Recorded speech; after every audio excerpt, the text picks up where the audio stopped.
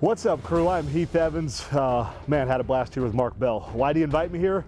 I don't know, because I'm an idiot.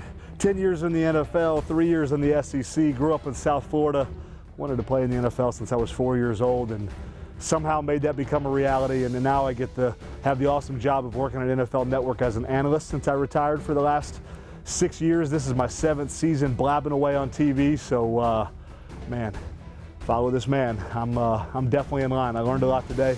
Excited to come back for more.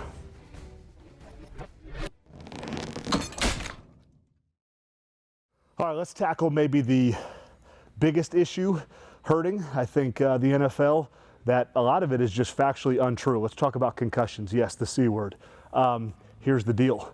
The numbers have increased, and they've increased greatly for a couple things. Poor nutrition and poor hydration. Yes, the game has gotten faster, but the equipment has gotten better, and I mean far superior to even now, what it is now, to when I played 6 years ago. Mom and dads at home, young athletes, I promise you this brain will repair and take care of itself if you feed it right and if you hydrate it. I know Gatorade pays the NFL hundreds of millions of dollars every year to have their brand stamped right next to the NFL. Don't touch the stuff. It's full of sugar. You want hydration. I want water in your body. And if you get bored with water, too bad, suck it up. Parents, force water down your kid's body because that's what they need. And the nutrition aspect, fight to give your kids good food, because I promise you, if you feed and hydrate your body properly, your kid, you won't see the concussion rate. You won't see, and if they do get one, the recovery rate will be twice as fast. So listen, negativity sells. So parents, make sure you research for yourself people on both sides of the fence, people that want to bash the NFL, and then people that ultimately maybe even work for the NFL that are going to offer you some other facts. Because you're going to have a guy that goes to Harvard and a guy that goes to Harvard and has the same science degree and the same medical degree, and they are going to stand on completely different sides of the fence on concussion. So I would say this, the numbers that people preach about guys like me, early onset dementia, Alzheimer's, depression, suicide, the average male population that played in the NFL, our numbers are better than the average male population that never played in the NFL. So listen, don't listen to the news. They're all trying to sell their agenda, and negativity sells. So research facts, research the truth about these issues. And if your kids are playing football, hydration and nutrition are key. The new school of thought is, hey, let's hold our kid out of football until they're 14, because then they're more mature and their body can handle the hits. Well, you know, at 14 years old, if I've been playing football since I was 4, which I did, and then I meet a 14-year-old that's going to step on the field for the first time, even if he's equal in size and weight, I'm going to be able to hit him like that. He's going to hit me like this because he doesn't know how to hit.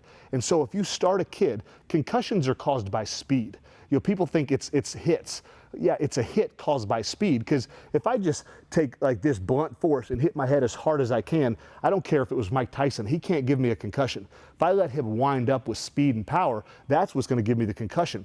But just like anything else, the first time you get under a bench, 135 feels heavy. Now you and I could do 135 150 times if we had to.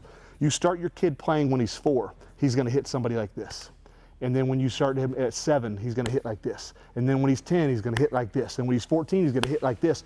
His body has grown accustomed to those hits, just like in strength conditioning. If you start your kid doing push-ups and lunges and running and all the body weight mechanisms when they're 8, 9, and 10, and then you start putting the weights on them when they hit puberty, they start getting hair under their arm and their voice starts dropping, you start putting them under those weights, by the time they get to varsity football when they're 15 and 16, they're going to be far more protected to be dishing out the blows instead of receiving the blows. So please don't hold your kids out of football until they're 14 or 15. They're so behind the curve. It's hard, unless they're the elite Cam Newton or Bo Jackson or some freak of nature, like it's just hard for them to compete. Start them young. Let them learn the mental disciplines of getting in shape, of doing your push-ups and your sit-ups and your lunges, and then working into the weights and going to practice and having to go to practice when you're sore and having to do things that these life lessons of sports and strength conditioning can teach your kids. You're literally, in my opinion, you're setting them back if you hold them out until they're 14 or 15. He has faith in the youngster, and then literally from the next touch, he starts lighting up the sky, on the ground and in the air. A lot of pressure going into this. Let's be honest, there's a gift of gab that I think God just gave me, and I love the game for one. So there's passion that made me go work out and my dad in the garage when I was 8 and sweat and just beg for more. That same passion kind of kept me hungry to keep pushing as I got older. But it's more preparation than passion. A lot of people have passion. Like, how many guys have come here all amped up for a workout? And then, you know, when the nitty gritty gets going, they're like, ah, man, my back or something. And then they tap out. The preparation that got me through 10 years in the NFL, not just in the strength conditioning and putting in the workouts, but studying the tape and, okay, what can Ray Lewis do and what can Ed Reed do? And if I got to block them, how do I attack them? And even though they don't really have any weaknesses, if I have to block them, maybe what's that one area that I can get an angle to beat, you know, Hall of Famers like that?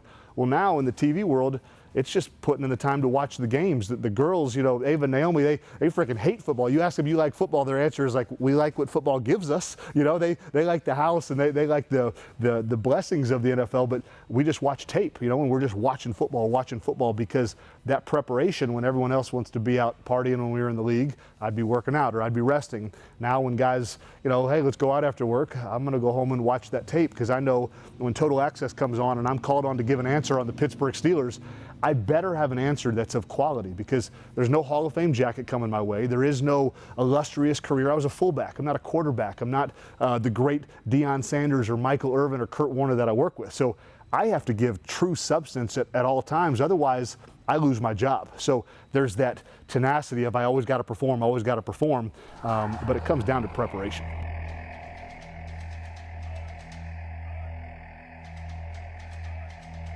Humility. Like, and people are like, what? Bill Belichick, humble, Ray Lewis, humble? But see, they see this persona of this guy that's overly prepared that stepped on a sideline to coach a Super Bowl winning team. Or they see Ray Lewis and this big bad dude that comes out with all the confidence in the world on Sunday because Monday through Saturday, he was so scared someone was going to be better than him. He put in all the work, all the film study, all the stretching, all the nutrition, all the rest, all of the watching the TV copy of Tom Brady give out the signals, hoping Ray was just hoping that maybe just one word I can catch that'll trigger a mind thought on a Sunday afternoon that I might be able to beat Tom Brady. The fear of someone's going to take my job, the fear of someone's going to be better than me. But where does that lie? It comes in humility because every waking moment they readily admit that they haven't arrived yet. They don't have all the answers. I mean, Tommy's like reinventing the wheel on nutrition, reinventing the space for that 40-year-old athlete to dominate the NFL. People think he's crazy. And basically everything he said for the last 2 or 3 years has come true, not because he said it and because he spoke it into existence and all that nonsense, because he put in the work.